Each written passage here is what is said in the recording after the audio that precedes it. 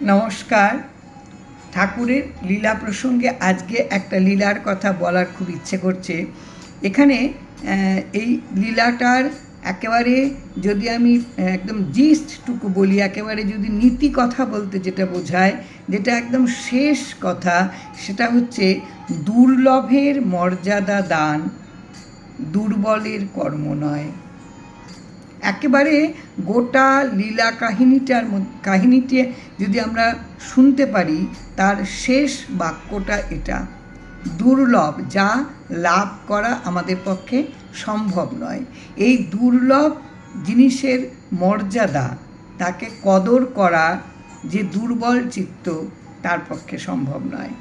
এটা বলার অর্থ হচ্ছে যে আমরা যারা ভীষণ সুখ ভোগে সবসময় নিজেকে ডুবিয়ে রাখি, বুঁদ করে রাখি, আমরা শুধু আমাদেরটুকু পেতে অভ্যস্ত, আমরা শুধু আমাদের নিয়ে ব্যস্ত থাকি, তাদের জন্য আজকের এই লীলা প্রসঙ্গ। ঠাকুর ঢাকাতে এক আশ্রিতের বাড়িতে আছেন। ঠাকুর আছেন, কাজেই অনেক আশ্রিত ভক্ত তার কাছে এসেছেন। এসে নানান প্রসঙ্গ ঠাকুরের কাছে, ঠাকুর বলছেন লীলার কথা। এই খানিকক্ষণ কথাবার্তার পরে চারিদিকে আকাশটা ঘন কালো হয়ে এসছে। তখন ওনারা এসেছেন সকালের দিকে, ঘন হয়ে এসছে। আসার পর বজ্র বিদ্যুৎ সহ বৃষ্টি হতে শুরু করলো, তুমুল বৃষ্টি। তার মধ্যে এই যে যারা আশ্রিত ভক্ত ঠাকুরের কাছে বসেছিলেন, তারা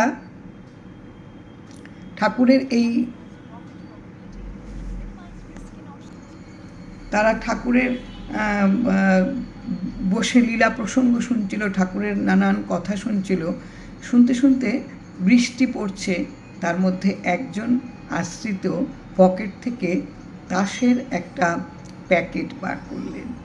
যথারীতি যে আসনটায়, যে শতরঞ্চিটায় বসে ঠাকুরের সঙ্গে তাদের কথাবার্তা চলছিল, নানান প্রসঙ্গ তারা শুনছিল, সেই জায়গাটা হয়ে উঠল তাস খেলার একটা জায়গা।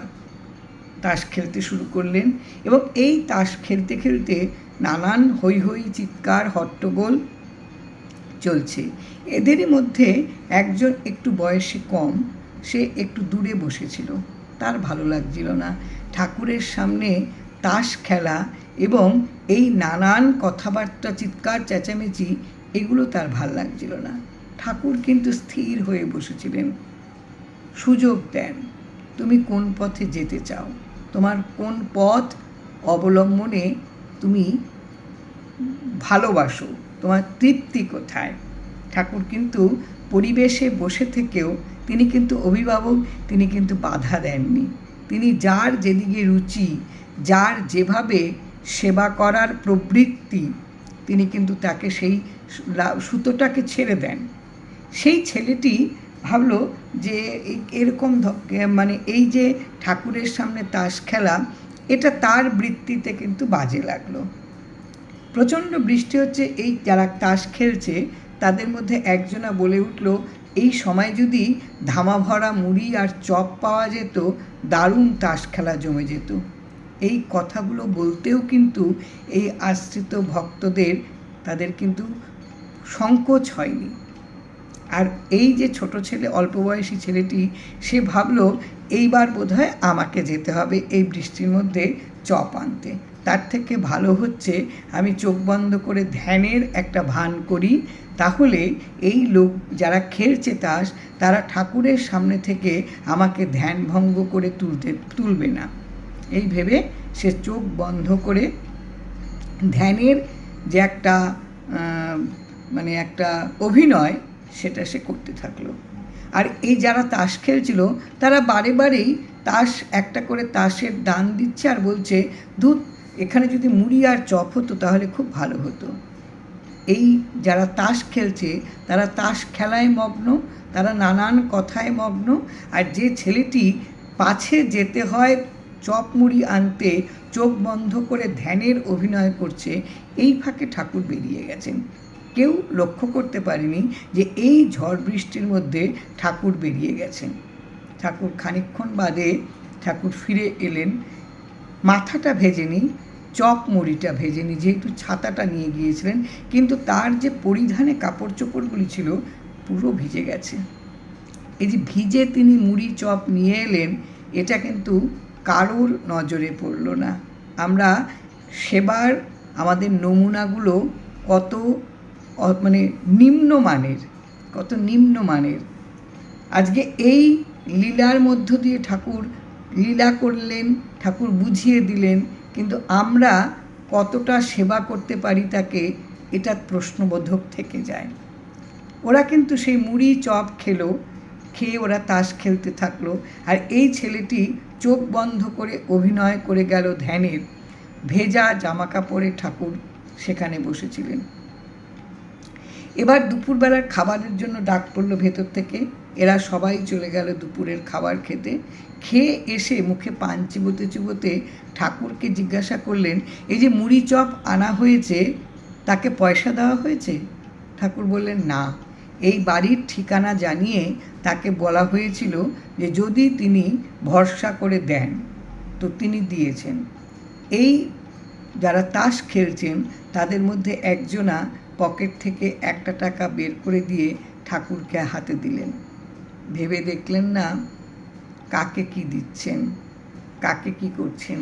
এই যে শেষ কথাটা, দুর্লভের তারা কখনো মর্যাদা দিতে পারে না। দুর্লভের যে মর্যাদা দিতে হয়, যা তুমি প্রাপ্য তুমি পেতে পারো না, যে পেতে গেলে তোমার অনেক সাধনার দরকার, তাকে মর্যাদা দেওয়া কিন্তু যাদের মন দুর্বল, যারা কিন্তু সবল না, লোভ লালসা আকাঙ্ক্ষা থেকে নিজেকে সরিয়ে আনার মতন মনের বৃত্তি সবল নয়, তারা এই কাজগুলি করে। ঠাকুরকে দিলেন 1 টাকা। ওই বৃষ্টির মধ্যে ঠাকুর আবার গেলেন টাকাটা দিতে, আর যে অভিনয় করছিল ধ্যানের সে সেভাবেই রয়ে গেছে। ঠাকুর আবার ভিজে এলেন টাকাটা দিয়ে। এটা কিন্তু এই যারা খেলছে আর যারা যে ধ্যান করছে কারোর নজরে পড়ল না, ওই ভেজা গায়ে ঠাকুর বসে আছেন। এই হচ্ছে আমাদের বৃত্তি, এই হচ্ছে আমাদের প্রবৃত্তি, এই হচ্ছে আমাদের ঠাকুরকে ভালোবাসার নমুনা। এটা কিন্তু আমাদের মধ্যে আছে। এগুলো তো লীলাগুলো তো হচ্ছে প্রতীকী, এগুলো হচ্ছে প্রতীক। আমাদের আচরণ কীরকম আমরা তার একটা এগুলো নমুনা তার দেখি। আমরা হচ্ছে এই ধরনের আচরণের। আমরা কিন্তু ঠাকুরকে নারায়ণ শিলা দিয়ে আমরা মশলা বাটি, আমরা কিন্তু তাকে মর্যাদা দিতে জানি না। এই প্রসঙ্গে একটা কথা একটা প্রসঙ্গ ঠাকুর এখানে লিখেছেন, এখানে যিনি লিখেছেন তিনি এই প্রসঙ্গটাও উত্থাপন করেছেন যে সুধীর সরখেল তিনি ঠাকুরকে খুব একটা চিঠি লিখতেন না, ঠাকুরকে লেখেননি কখনো চিঠি।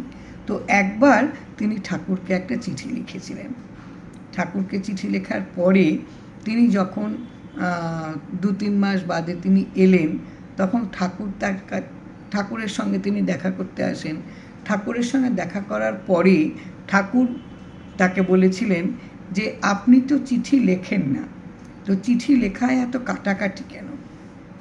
সুধীর সরকেল বলছেন, আমি গোটা চিঠিটায় কাটাকাটি করিনি, শেষ লাইনে কাটাকাটি করেছি। ঠাকুর বলছেন, কেন কাটাকাটি করলেন কেন? তখন সুধীর সরকেল বলছেন যে প্রত্যেকে যারা চিঠি লেখে তারা দেখেছি ইতি সেবক বলে নামটা সই করে দেন। ওই ইতি সেবক তাদের দেখি তাদের দেখে আমি লিখেছিলাম, কিন্তু সেবক লিখতে গিয়ে লিখে মনে পড়ল আপনার তো কোনো সেবা আমি কখনো করতে পারি না, বরং আপনার কাছ থেকে সেবা নেই। কাজেই এই সেবক কথাটা আমার নাম সই করার সঙ্গে একেবারেই যায় না, আমি কখনোই সেবা করি না। এই হচ্ছে আমাদের এই সুধীর সরকেল অকপট, যার জন্য এই সুধীর সরকেল কিন্তু ঠাকুরের কৃপাধন্য। ঠাকুর অনেক ব্যাপারে সুধীর সরকেল কিন্তু ঠাকুরের অনেক সঙ্গে থেকেছেন। আমি যে কিছু করি না, আমার সেবা করার বৃত্তিটুকুও নেই, আমি জানিই না সেবা করতে, আমি সেবক কথাটা লিখব কী করে? এগুলো কারা লেখে? যাদের ভেতরে দেখনদারি আছে, যাদের ভেতরে পাটোয়ারি আছে। আর এই বৃত্তি ঠাকুরের খুব অপছন্দ, যার জন্য সেবকটা কেটে দিয়েছিল। এই দুর্লভের মর্যাদা এটা দেওয়া, যার দুর্বল চিত্ত সে পারে না। একমাত্র যার মনোবল, যে বলিয়ান, যে শক্তিশালী, মনের সঙ্গে যুদ্ধ করার, সে পারে দুর্লভের মর্যাদা দিতে। মনের সঙ্গে লড়াই করবার মতন বল যার আছে, শক্তি যার আছে, সে পারে। কি অপূর্ব লীলার মধ্য দিয়ে ঠাকুর আমাদের চিনিয়ে দিলেন, আমাদের সামনে একটা ছবি তুলে দিলেন যে আমরা কেমন ঠাকুরের সঙ্গে ব্যবহার করি, আমরা কতটা স্বার্থপর, আমরা কতটা আত্মকেন্দ্রিক। ওই ঝড় বৃষ্টির জলে বারে বারে আমরা যে চিৎকার করে চপ আর মুড়ি চাইছিলাম, এটা কে আনবে? এটা কিন্তু ভেবে দেখিনি। এবং এই চপ মুড়িটা আনতে গিয়ে ঠাকুর যে ভিজে গেছেন, আমরা এতটাই আনন্দে মশগুল হয়ে থাকি, ওটাও দেখার মতন আমাদের ভেতরে সময় থাকে না, আমাদের ইচ্ছেটুকুও থাকে না। এইগুলি কিন্তু এক একটা ঘটনা সামনে দেওয়া, কিন্তু আসলে আমরা কিন্তু এই ধরনেরই, আমরা ঠাকুরকে, তার ইচ্ছেগুলোকে, তার চাওয়াগুলোকে, তার আমাদের প্রতিদিনের মনের যে একটা উত্তরণের দরকার, যেটা তিনি পছন্দ করেন, এগুলো কিন্তু আমরা নিয়ে বাস করি না। কেননা আমরা হচ্ছি দুর্বল মনের। তাই আমরা কখনো ওই দুষ্প্রাপ্য যে আমরা জিনিস আমাদের সামনে আছে, সেটাকে আমরা কখনো কদর করতে কোনো দিন পারি না, শিখিনি, আমরা জানি না। আমরা তো আত্মকেন্দ্রিক, আমরা আমার সুখ, আমার চাওয়া, আমাকে তুমি দাও, আরও দাও, ঠাকুর আমাকে এই করো, ওই করো, সেই করো, আমরা এটা করে বেড়াই। আমরা কখনো ঠাকুরকেও যত্ন করতে হয়, তাকেও সেবা করতে হয়, তাকেও লক্ষ্য রাখতে হয়, একদম আমাদের মধ্যে নেই। অপূর্ব লীলা কাহিনী। এই লীলার মধ্য দিয়ে যে কী ছড়িয়ে দিয়ে গেলেন, খুব ভালো লাগলো এই লীলাটা আমার। জয় রাম, জয় রাম।